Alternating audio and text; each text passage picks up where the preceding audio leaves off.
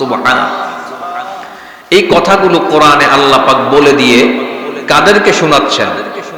মানুষদেরকে। কাদেরকে? মানুষদেরকে শোনাচ্ছেন।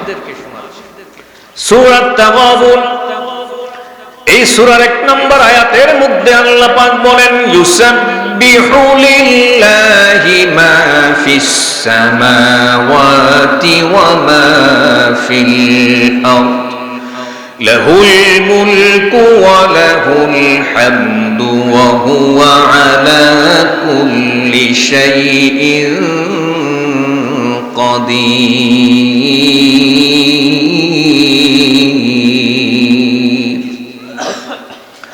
আল্লাহ রাব্বুল আলামিন বলেন, আকাশে যারা আছে, জমিনের উপরে নিচে যারাই আছে, আকাশে যা আছে, জমিনে যা আছে, সকলেই আল্লাহ পাকের তাসবিহ পড়ে, আল্লাহর মহিমা বর্ণনা করে, প্রশংসা করে। লাহুল মুলকু সকল রাজত্ব তার, ওয়া লাহুল হামদু সকল প্রশংসা তার, ওয়া হুয়া আলা কুল্লি শাইইন কাদির তিনি সর্বসময় বড় শক্তিমান। সুবহানাল্লাহ। তিনি সকল শক্তির মালিক, ক্ষমতার মালিক। তো আল্লাহ রাব্বুল আলামিন আকাশে পাখি সমূহ উড়ে বেড়ায়, তারা তাসবিহ পড়ে। জমিনে বিভিন্ন পশু বসবাস করে, তারা তাসবিহ পড়ে। জমিনের নিচে বিভিন্ন পোকামাকড়, কীট পতঙ্গ আল্লাহ পাকের তাসবিহ পড়ে। এই কথাগুলো আল্লাহ পাক মানুষদেরকে কেন শোনাচ্ছেন? কারণটা কি? কারণ আছে না নাই? মানুষদেরকে শোনানোর কারণ হলো এই মানুষ বড় নাফরমান, এ মানুষ বড় অকৃতজ্ঞ। কুতিলাল ইনসানু মা আকফারা, মানুষ গুরু অকৃতজ্ঞ, এগুলি ধ্বংস হয়। কেন? আকাশে যারা আছে সকলেই আমার প্রশংসা করে তাসবিহ পড়ে, জমিনে যারা আছে তারাও আমার প্রশংসা করে তাসবিহ পড়ে। কিন্তু এ মানুষ ঘুম থেকে ওঠার পরে আবার রাতে যখন ঘুমাতে যায়, মাঝের এই সময়টুকুনের মধ্যে দুনিয়ার কাজ কর্ম করতে করতে মানুষ দিনকে পার করে দেয়, কিন্তু আমি আল্লাহ পাকের তাসবিহ পড়ে না, প্রশংসাও করার সুযোগ তাদের হয় না, মহিমাও বর্ণনা করে না, শুধু দুনিয়া আর দুনিয়া নিয়েই ব্যস্ত। এই যে মানুষগুলো আল্লাহর খায়, আল্লাহর পড়ে, আল্লাহর জমিনে বসবাস করে, কিন্তু আল্লাহর তাসবিহ পড়ে না, মহিমা বর্ণনা করে না, প্রশংসা করে না, না করার কারণেই আল্লাহ পাক রব্বুল আলামিন এই মানুষগুলিকে বুঝিয়ে দিলেন, শুনিয়ে দিলেন, ও মানুষ, আকাশের মধ্যে যারা আছে, জমিনের উপরে নিচে যারা আছে, সকলেই কিন্তু আমি রব্বুল আলামিনের প্রশংসা করে। সুবহানাল্লাহ। কিন্তু মানুষ অকৃতজ্ঞ। সারাদিন তো পড়লাম না, 5 ওয়াক্ত নামাজের সময় যখন মসজিদের ভিতরে প্রবেশ করলাম, নামাজ পড়লাম, ইমাম সাহেব সালাম ফিরিয়ে ফেলল, জামাতে নামাজ আদায় করলাম, ইমাম সাহেব যখন সালাম ফিরিয়ে ফেলল, সালাম ফেরানোর পরে দায়িত্ব হলো নবী করিম সাল্লাল্লাহু আলাইহি ওয়াসাল্লাম যেটা শিখিয়েছেন, সালাম ফেরানোর পরে তোমরা রব্বুল আলামিনের প্রশংসা করবে, বসে বসে কিছু সময় তাসবিহ পড়বে। একবার আল্লাহু আকবার, 3 বার আস্তাগফিরুল্লাহ, এরপরে লা হাওলা ওয়ালা কুওয়াতা ইল্লা বিল্লাহিল আলিয়্যিল আযীম, সূরা ইখলাস পড়বে, সূরা ফালাক পড়বে, সূরা নাস পড়বে, আয়াতুল কুরসি পড়বে। এই দোয়াগুলি পড়বে 33 বার সুবহানাল্লাহ, 33 বার আলহামদুলিল্লাহ, 33 বার আল্লাহু আকবার, সর্বশেষ একবার লা ইলাহা ইল্লাল্লাহু ওয়াহদাহু লা শারীকা লাহু ওয়া আশহাদু আন্না মুহাম্মাদান আবদুহু ওয়া রাসূলুহু। এরপরে তোমরা পড়বে লা হাওলা ওয়ালা কুওয়াতা ইল্লা বিল্লাহ, লা মালজা ওয়ালা মানজা মিনাল্লাহি ইল্লা ইলাইহি, হাসবুনাল্লাহু ওয়া নি'মাল ওয়াকিল, নি'মাল মাওলা ওয়া নি'মান নাসীর। আরো বহু আছে। আল্লাহুম্মা ইন্নাকা আফুউন তুহিব্বুল আফওয়া ফা'ফু আন্নী, আল্লাহুম্মা আজিরনা মিনান নার হাসবিয়াল্লাহু লা ইলাহা ইল্লা হুয়া আলাইহি তাওয়াক্কালতু ওয়া হুয়া রাব্বুল আরশিল আযীম।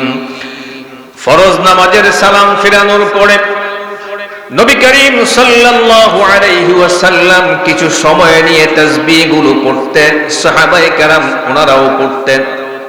এরপরে যখন অন্য সকল নামাজগুলি পড়া হতো, সাহাবায়ে কেরাম নিজের মন মতো করে আল্লাহ রাব্বুল আলামিনের কাছে কান্নাকাটির মাধ্যমে দোয়া করতেন। সুবহানাল্লাহ। তাহলে সালাম ফেরানোর পরে নবীজি আমাদেরকে শিখালেন, তোমরা বসে বসে তাসবিহ পড়ো। কি পড়ো? তাসবিহ পড়ো। আকাশে যারা আছে আমার তাসবিহ পড়ে, জমিনে যারা আছে আমার তাসবিহ পড়ে। আর এই মুসলমানেরা আল্লাহর খেয়ে আল্লাহর পড়ে সালাম ফিরিয়ে যখন নামাজ শেষ করা হয়, সাথে সাথে একটা 10 সেকেন্ডের রেডিমেড মুনাজাত দেয়, দিয়ে সুন্নত পড়া শুরু করে দেয়। নবীজি তাসবিহ পড়লো, আমাদেরকে পড়তে বলল, এগুলি একজনেও পড়ে না। এই এক মুনাজাত 10 সেকেন্ডের রেডিমেড একটা মুনাজাত রাসূলের একটা সুন্নতকে ধ্বংস করে দিয়েছে সমাজ থেকে। কথা ঠিক না বে ঠিক? তাসবিহ পড়া সুন্নত, এটা রাসূলের সুন্নত। বসে বসে তাসবিহ পড়বে, শুধু এক রেডিমেড মুনাজাত 10 সেকেন্ডের, এই মুনাজাত সমাজ থেকে বিলুপ্ত, দোয়াগুলো তাসবিহগুলো বিলুপ্ত করে দিয়েছে।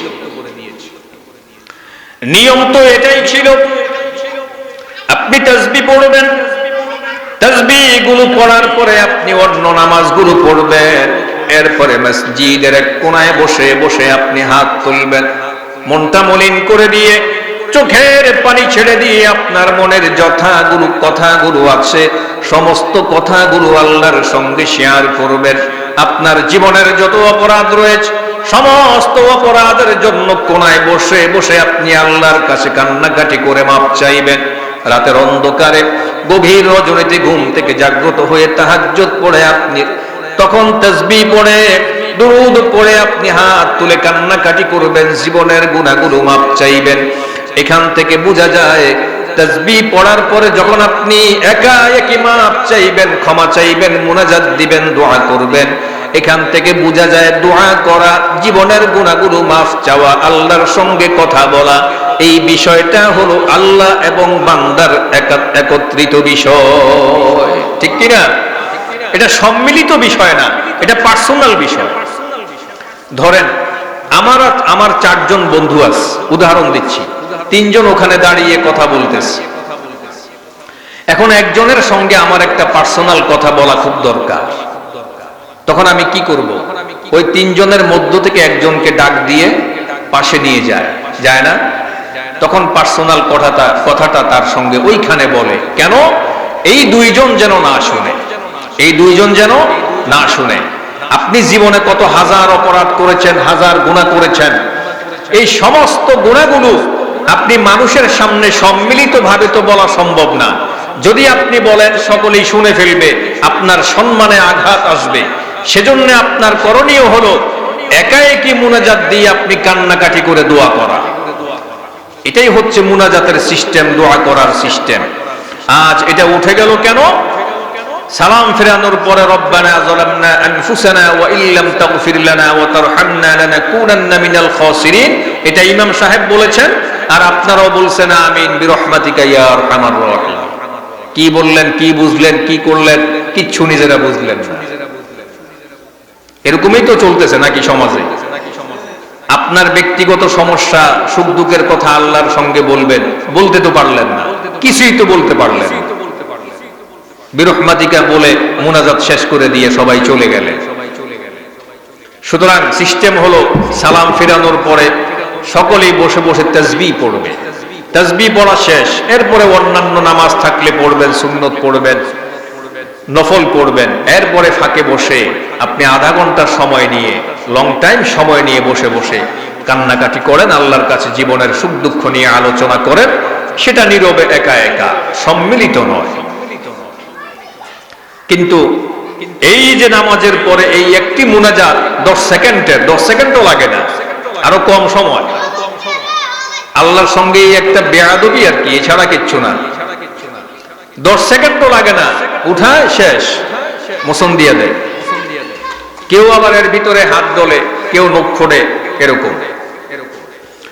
এই যে মানুষগুলো এই কাজগুলো করে, আল্লাহ পাকের তাসবিহ থেকে মানুষগুলো বিমুখ হয়ে গিয়েছে। এই জন্য আল্লাহ পাক বারবার বিভিন্ন সূরার প্রথম আয়াতগুলোতে বলে বলে মানুষদেরকে সতর্ক করিয়ে দিচ্ছেন। আল্লাহ পাক বলছেন, সাব্বাহা লিল্লাহি মা ফিস সামাওয়াতি ওয়া মা ফিল আরদি ওয়া হুয়াল আজিজুল হাকীম।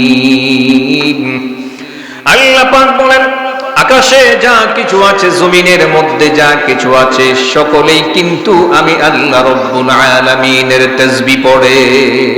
সুবহানাল্লাহ।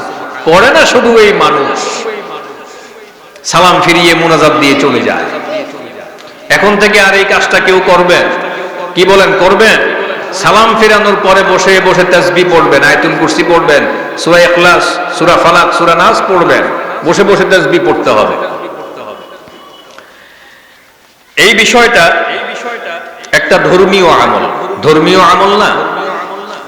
আচ্ছা, 1996 সাল, কত সাল? 1996 সাল,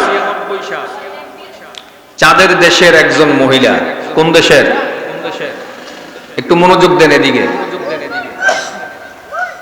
চাঁদের দেশের একজন মহিলা হাতে তসবিহ নিয়া, মাথায় পট্টি লাগিয়ে, জায়নামাজ বিছিয়ে এই ছবিগুলো পত্র পত্রিকায়, মিডিয়াতে দিয়েছিল, আর বলেছিল, আমি ভালো হয়ে গেছি, আমাকে আপনারা একটাবার সুযোগ দেন। মাথায় পট্টি লাগিয়ে, হাতে তসবিহ নিয়ে, জায়নামাজে বসে মুনাজাতের ছবি দিয়ে দিয়ে, কত সালে? মনে নাই মনে হয় আপনাদের, তো কথা কন না কে? কত সালে? এই তসবির নামে ব্যবসাও করেছে। করে কি করে নাই? এই বাংলাদেশে হাতে তসবিহ নিয়ে, মাথায় পট্টি লাগিয়ে, জায়নামাজে বসে দুহাত তুলে লম্বা মুনাজাতের ছবিগুলো পত্র পত্রিকায়, মিডিয়ার মধ্যে দিয়ে দিয়ে মানুষের সামনে ভালো একজন রাবিয়া বসরি সেজেছিল। মনে নাই আপনাদের? কি বসরি? রাবিয়া বসরি। রাবিয়া বসরি সেজেছিল আর বলেছিল, একটিবার আমাকে সুযোগ দেন, আমি দেশের জন্য কাজ করব, জনগণের জন্য কাজ করব, আপনাদের সেবা করব। এবার চাঁদের দেশের মানুষগুলো এই মানুষটাকে কিছু সুযোগ দিল। একবার সুযোগ দেওয়ার পরে চাঁদের দেশে যখন এই মহিলা চেয়ারে বসলো, ক্ষমতা পাই গেল, ক্ষমতা পেয়ে যখন চেয়ারে বসলো, দেশটাকে পরিচালনা করবে, তখন হাতের তসবিহও নাই, মাথার পট্টিও নাই, জায়নামাজও নাই, তার লম্বা লম্বা মুনাজাতও নাই। এই যে ধর্মের এই আমলগুলো দেখিয়ে দেখিয়ে মানুষের সামনে থেকে, ধর্মের এই আমলগুলো মানুষকে দেখিয়ে দেখিয়ে মানুষের কাছ থেকে ভোট নিয়ে ক্ষমতার চেয়ারে বসলো। বসার পরে দীর্ঘ 5টি বৎসর একটানা লুটপাট করে খেলো, ব্যবসা করে খেলো, সন্ত্রাস করে খেলো, দুর্নীতি বাজারে ব্যবসা করে খেলো। এই যে ব্যবসা করে খেলো, ক্ষমতার ব্যবসা করলো, এই যে ব্যবসা করার পিছনে একটা মূল জিনিস তিনি ব্যবহার করেছেন, সেটা হলো ধর্মের নামের তসবিহ, ধর্মের নামের মাথায় পট্টি, ধর্মের নামের জায়নামাজ। ঠিক কিনা? যখন চেয়ারে বসলো, কোথায় গেল তার তসবিহ, কোথায় গেল জায়নামাজ, কোথায় গেল পট্টি? চেয়ারে বসার পরে এবার আলেমদেরকে বলে, আলেমরা নাকি ধর্ম ব্যবসায়ী, তারা নাকি ধর্ম ব্যবসা করে খায়। নাউজুবিল্লাহ। আলেমরা কি ধর্ম ব্যবসা করে খায়? না উনি ধর্ম ব্যবসা করে চেয়ারে বসছে? কোনটা? ধর্ম ব্যবহার করে মানুষের সামনে ভালো সেজেছিল, ঠিক না? তাহলে উনি যদি এই ধর্মকে ব্যবহার করে চেয়ারে বসে যদি লুটপাট করে খেতে পারে, ধর্ম ব্যবসায়ী কি উনি না আলেমরা? বলেন না কেন? চাঁদের দেশের সেই মহিলা, বাংলাদেশে না, চাঁদের দেশে। এই ধর্মের নামের ব্যবসা, তসবি দেখানো, পট্টি দেখানো, এই সুযোগ এই বাংলার মাটিতে ভবিষ্যতে আর কোনোদিন দেওয়া হবে আর দেওয়া হবে না। ভবিষ্যতে যদি কোনো মায়ের সন্তান, কোন মহিলা এসে যদি বলে আমি ভালো হয়ে গেছি, এই যে দেখো তসবি, এই যে আমার মাথায় পট্টি, এই যে জায়নামাজে বসে নামাজ পড়ছি, তোমরা আমাকে আরেকবার সুযোগ দাও, সুযোগ দিবেন? আবার সেই মামুর বাড়ি দিল্লি পাঠাতে হবে। কোথায়? এখন যেখানে আছে। কোনখানে আছে? চাঁদের দেশে না, দিল্লিতে না, চাঁদের দেশে আছে। ধর্মের নামে ব্যবসা করবে তারা, আর আলেমদেরকে বলবে তারা ধর্ম ব্যবসা করে খায়। সুতরাং তসবি এটা ধর্মীয় আমল, মাথায় পট্টি হিজাব এটা ধর্মীয় আমল, জায়নামাজ এটা ধর্মীয় আমলের বিষয়বস্তু। যিনি এতদিন লম্বা লম্বা স্লোগান দিয়েছিল আমি কোরআন পড়ি, তাহাজ্জুদ পড়ি, 5 ওয়াক্ত নামাজ পড়ি, বলে কি বলে নাই? বলছে কিনা? যে মানুষটি এত লম্বা লম্বা ফতোয়া দিল আমি তাহাজ্জুদ পড়ি, 5 ওয়াক্ত নামাজ পড়ি, তার ঘরের ভিতর থেকে যখন ছাত্র জনতা ঘরের মাল সামানাগুলো সব বের করে ফেলছে, কেউ হাঁস, কেউ মুরগি, কেউ কাপড় চোপড়, কেউ বিছানার চাদর, কেউ চেয়ার টেবিল, সব কিছু যখন ঘরের থেকে বাহির করে ফেললো, সবকিছুই মানুষের সামনে দেখালো, মিডিয়াতে দেখালো, আমরাও দেখলাম, কিন্তু তার ঘরের ভিতর থেকে একটা জায়নামাজ কেউ বাহির করতে পারে নাই। ঠিক কিনা? দেখছেন? কেউ কোন ছাত্র একটা জায়নামাজ নিয়ে আসতে পারে নাই, সেখান থেকে একটা তসবি ছড়া নিয়ে আসতে পারে নাই। আর উনি লম্বা লম্বা ফতোয়া দিয়ে বেড়ায়, আলেমরা ধর্মের নামে ব্যবসা করে খায়, আর উনি তাহাজ্জুদ বুঝা। নাউযুবিল্লাহ।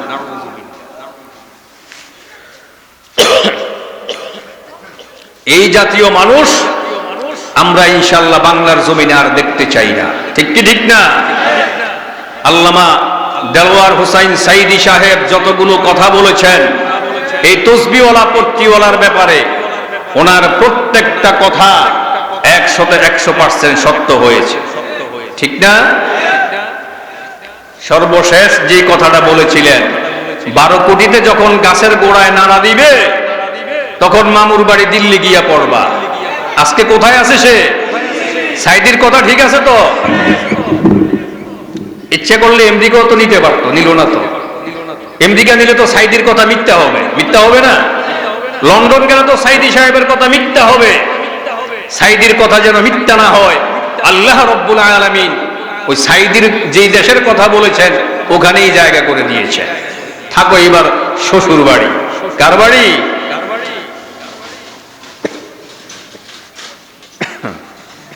এই হচ্ছে আমাদের হাল। সুতরাং ধর্মের নামে আলেমরা ব্যবসা করে না, ব্যবসা তোমরাই করেছো। আর যখনই আলেমরা এগুলোর প্রতিবাদ করেছে তখনই তোমরা তাদেরকে আয়না ঘরে পাঠিয়ে দিয়েছো। কোন ঘরে? কোন ঘরে পাঠাচ্ছে? আয়না ঘরে পাঠিয়ে দিয়েছে। এই জন্যই 16টি বৎসর কোরআন থেকে মুফাসসিরিনে কেরাম হক কথাগুলো বলতে পারেনি, গলা চাপা দিয়ে রাখা হয়েছিল। ধর্মের নামে কোনো ব্যবসা আলেমরা করে না। আল্লাহ রাব্বুল আলামিন এজন্যই বললেন সাব্বাহা লিল্লাহি মা ফিস সামাওয়াতি ওয়া মা ফিল আরদ ওয়া হুয়াল আজিজুল হাকীম।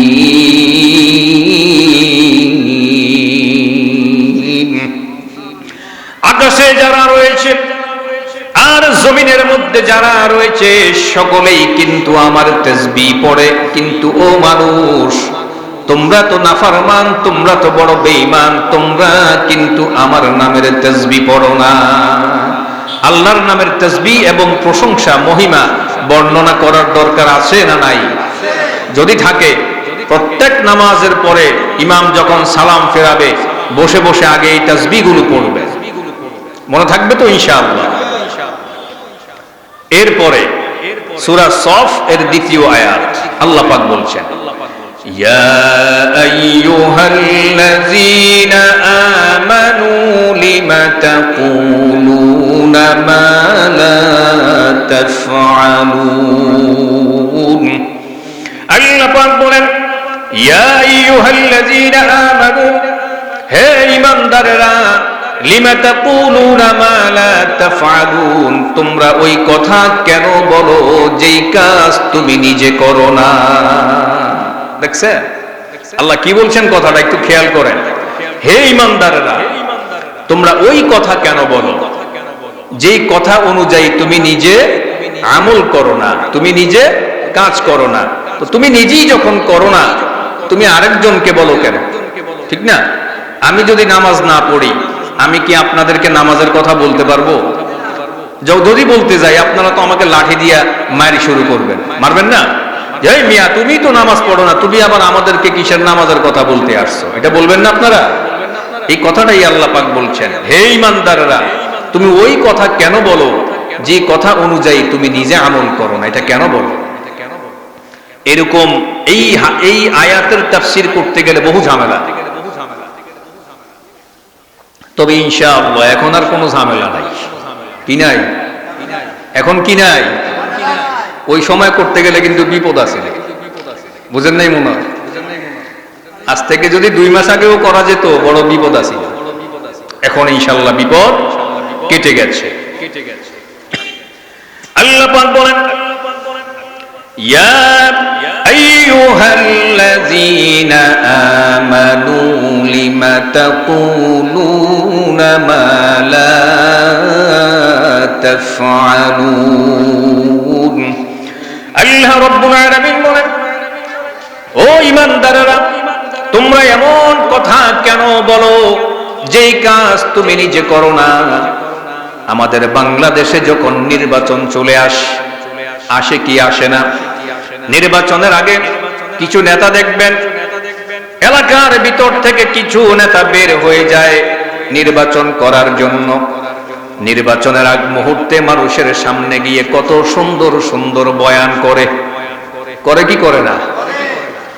সুন্দর সুন্দর বয়ান করে, কথা বলে।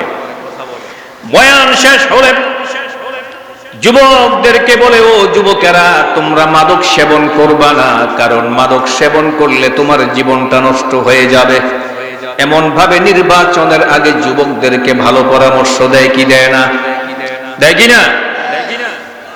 যে লোকটি দিনের বেলায় নির্বাচনের আগে পাশ করার জন্য মানুষের সামনে সুন্দর সুন্দর কথা বলল, যুবকদেরকে মাদক থেকে বাঁচার জন্য পরামর্শ দিল, রাতের বেলায় দেখা যায় এই মানুষটাই নাইট ক্লাবে গিয়ে লাল নীল বাতি জ্বালিয়ে মাদক সেবন করে কিনা?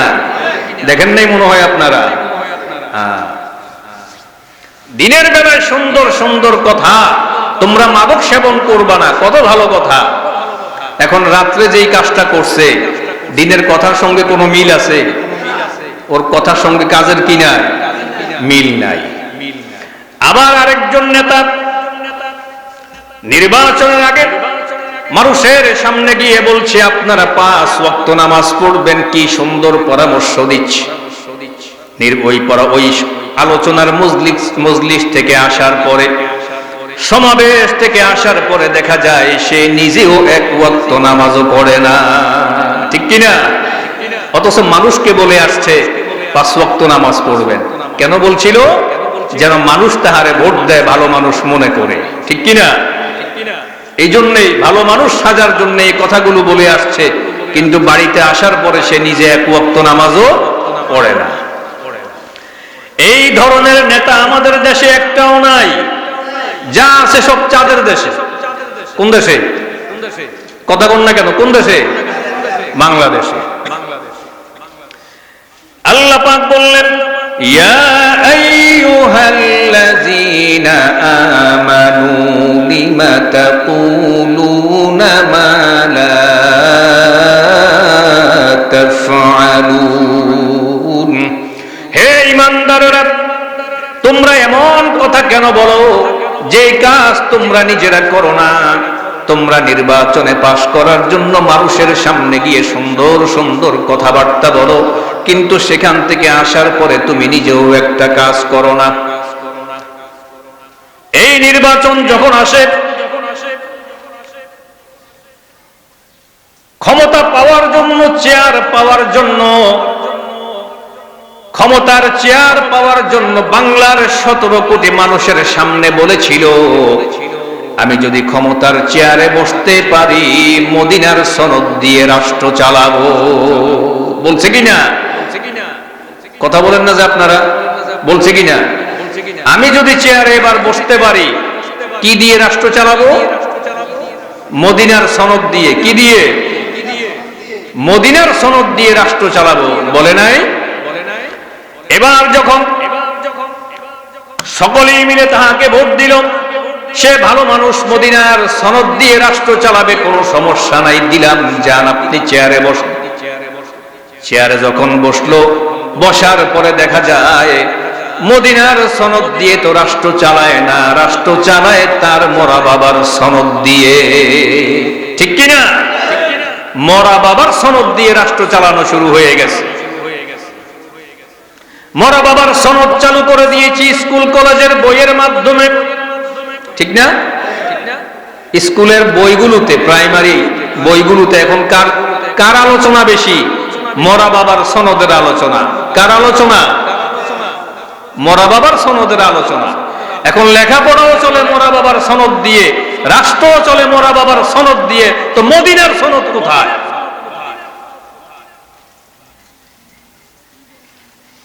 এই কাজগুলো করে করে ঈমান, ইসলামের এরা এত ক্ষতি করে গিয়েছে। এই কথাটাই আল্লাহ পাক বললেন, ইয়া আইয়ুহাল্লাযীনা আমানু লিমা তাকুলুনা মা লা তাফআলুন। হে ঈমানদারেরা, তোমরা এমন কথা কেন বলো যে আমল তুমি নিজে করো না? বলছিল মদিনার সনদ দিয়ে রাষ্ট্র চালাবো, কথার সঙ্গে কাজের মিল নাই। এবার রাষ্ট্র চলছে মরা বাবার সনদ দিয়ে, লেখাপড়া চলছে মরা বাবার সনদ দিয়ে। বঙ্গবন্ধুর চেতনা। কার চেতনা? বলেন না কেন? কার চেতনা? এই চেতনা ব্যবসা করেই 16 বছর খেয়েছে। এই চেতনার ব্যবসা করে 16টি বছর খেয়েছে এরা। আর আলেমরা যদি এর প্রতিবাদ করেছে, বলছে এরা জামাত, এরা শিবির, এরা রাজাকার, এই বলে বলে এবার জেলখানায় ঢুকাও, আয়নাগরে ঢুকাও। এই ছিল তাদের দেশ চালানোর পরিস্থিতি। আমরা কি এগুলো আর দেখতে চাই বাংলাদেশে? এগুলো আর আমরা এই সোনার